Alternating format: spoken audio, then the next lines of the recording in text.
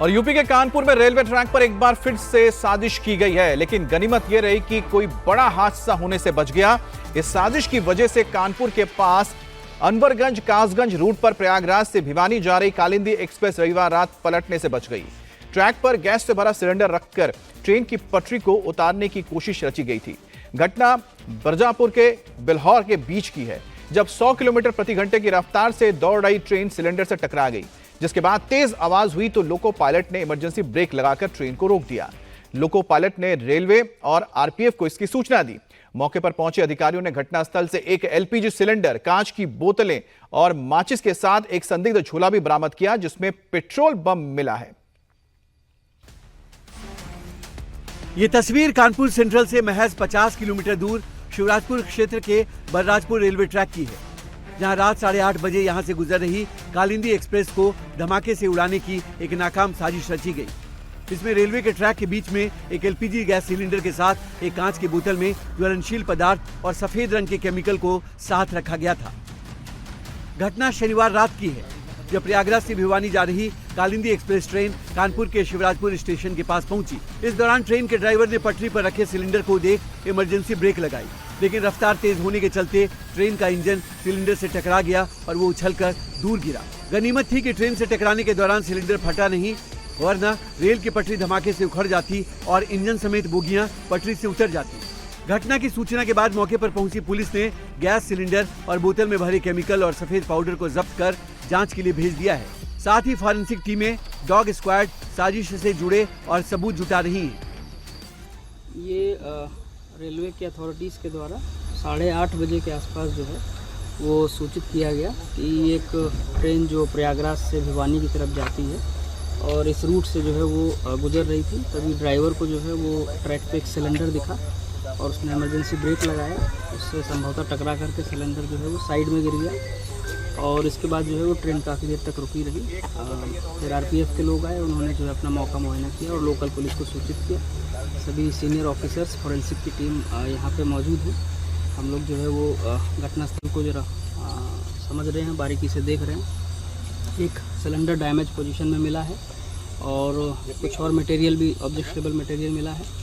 सभी की जो है समीक्षा की जा रही है और इसमें जो है वो रेलवे अथॉरिटीज़ ने जो हमें कम्युनिकेट किया, उसके आधार पे हम लोग जो है वो नियमानुसार इसमें जो कठोरतम कार्रवाई अमल में लाएंगे।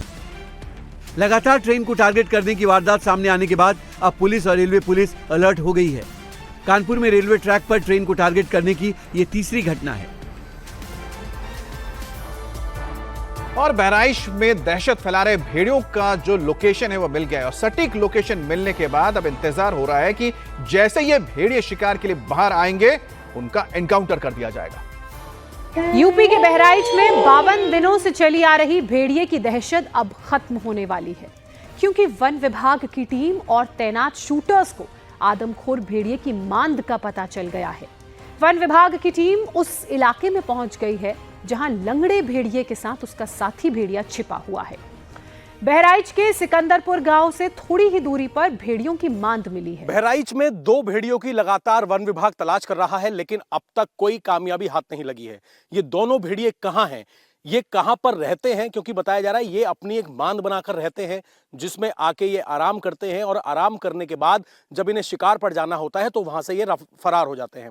फिलहाल इंडिया टीवी की टीम जो है वो बहराइच के सिकंदरपुर गांव पहुंच रही है, जहां पर गांव के तमाम लोग हमारे साथ मौजूद हैं, अपने डंडों के साथ मौजूद हैं, क्योंकि ये जानकारी मिली है कि सिकंदरपुर गांव में काफी अंदर जाके जंगल में 6-7 मांद जो हैं वो भेड़ियों ने बनाई हुई है, जहां पर वो आराम करते हैं और वन विभाग की टीम भी वहां पर कैमरा लगाकर इन भेड़ियों की मूवमेंट पर नजर रख रही है। इंडिया टीवी आपको वहां पर लेकर जा रहा है और हम आपको दिखाएंगे कि आखिरकार भेड़िए कहां पर रुकते हैं, उनकी मांद किस तरीके की बनी हुई है। वन विभाग की टीम ने अभी तक 4 भेड़ियों को पकड़ लिया है। 2 भेड़ियों को पकड़ने की कोशिशें लगातार जारी है, लेकिन दोनों भेड़िए लगातार अपना लोकेशन बदल रहे हैं। भेड़ियों के शिकार के लिए जगह जगह जाल बिछाए गए हैं, पिंजरे भी लगाए गए हैं, ड्रोन से निगरानी की जा रही है और अब उम्मीद है कि जल्द ही दोनों आदमखोर भेड़िए पकड़े।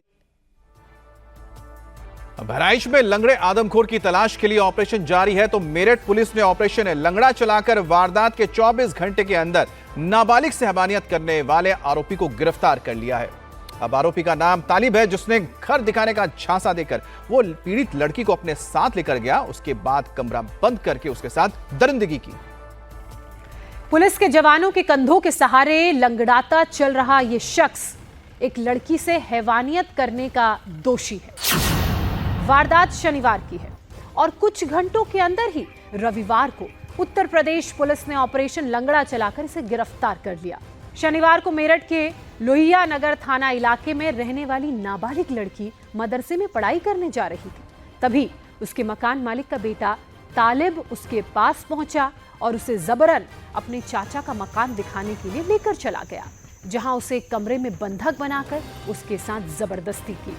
नाबालिग की हालत बिगड़ी तो आरोपी उसे वहीं कमरे में बंद कर मौके से फरार हो गए। नाबालिग की चीख पुकार घर वालों तक पहुंची। मामले की सूचना पुलिस को दी गई। साथ ही पीड़ित को जिला अस्पताल ले जाया गया, जहां से उसे मेरठ मेडिकल कॉलेज रेफर कर दिया गया। इसी बीच पुलिस तालिब की तलाश में जुटी रही। रविवार को जैसे ही पुलिस को आरोपी तालिब की लोकेशन का पता चला, उसे मेरठ के ततीना रोड पर घेर लिया गया। पुलिस को देख आरोपी ने फायरिंग कर दी, जिसके बाद जवाबी कार्रवाई में पुलिस ने उसके पैर में गोली मारकर उसे गिरफ्तार कर लिया। आज थाना लोहियानगर पुलिस को सूचना मिली कि ये ततीना रोड के पास देखा गया है। सूचना मिलती है पुलिस और मौके पर पहुंच के इलाके की घेराबंदी की गई। अपने आप को गिरता देख इसने पुलिस पर फायर कर भागने का प्रयास किया, जिसकी जवाबी कार्रवाई में इसको पैर पे गोली लगी है। घायल को उपचार हेतु अस्पताल में एडमिट कराया गया है और इसमें अग्रिम विधिक कार्रवाई की जा रही है। पुलिस ने आरोपी के पास से एक तमंचा बरामद किया है। वहीं पीड़ित के परिवार वालों का आरोप है कि इस वारदात में तालिब के अलावा कोई और भी शामिल है। और कोलकाता के आरजीकर हॉस्पिटल में ट्रेनी डॉक्टर के साथ जिस तरह से दरिंदगी हुई, रेप और मर्डर हुआ, उसके आज 1 महीने पूरे हो गए। लोग सड़कों पर उतरकर प्रदर्शन कर रहे हैं। प्रदर्शन जारी है, सीबीआई की जांच भी जारी है, लेकिन माता पिता को इंतजार है इंसाफ मिलने का।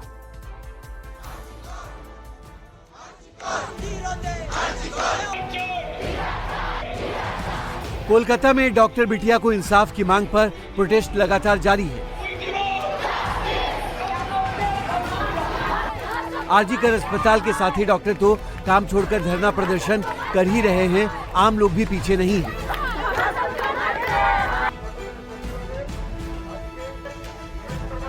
वारदात को 1 महीना पूरे होने पर कोलकाता और इसके आसपास कई इलाकों में लोगों ने प्रोटेस्ट किया।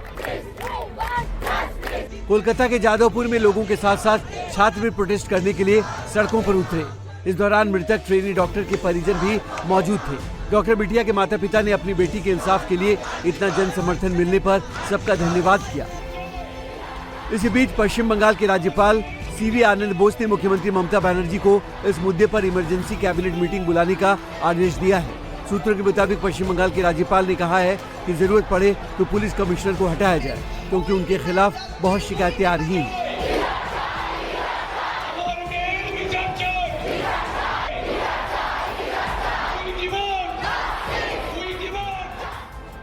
और एक तरफ जहां पर कोलकाता की डॉक्टर बिटिया के परिवार को इंसाफ का इंतजार है, तो दूसरी तरफ इस मुद्दे पर मुख्यमंत्री ममता बनर्जी को मुश्किलों को अब सामना करना पड़ेगा, क्योंकि ममता बनर्जी की पार्टी के सांसद ने इस मुद्दे पर ममता सरकार के रवैये को लेकर इस्तीफा तक दे दिया है।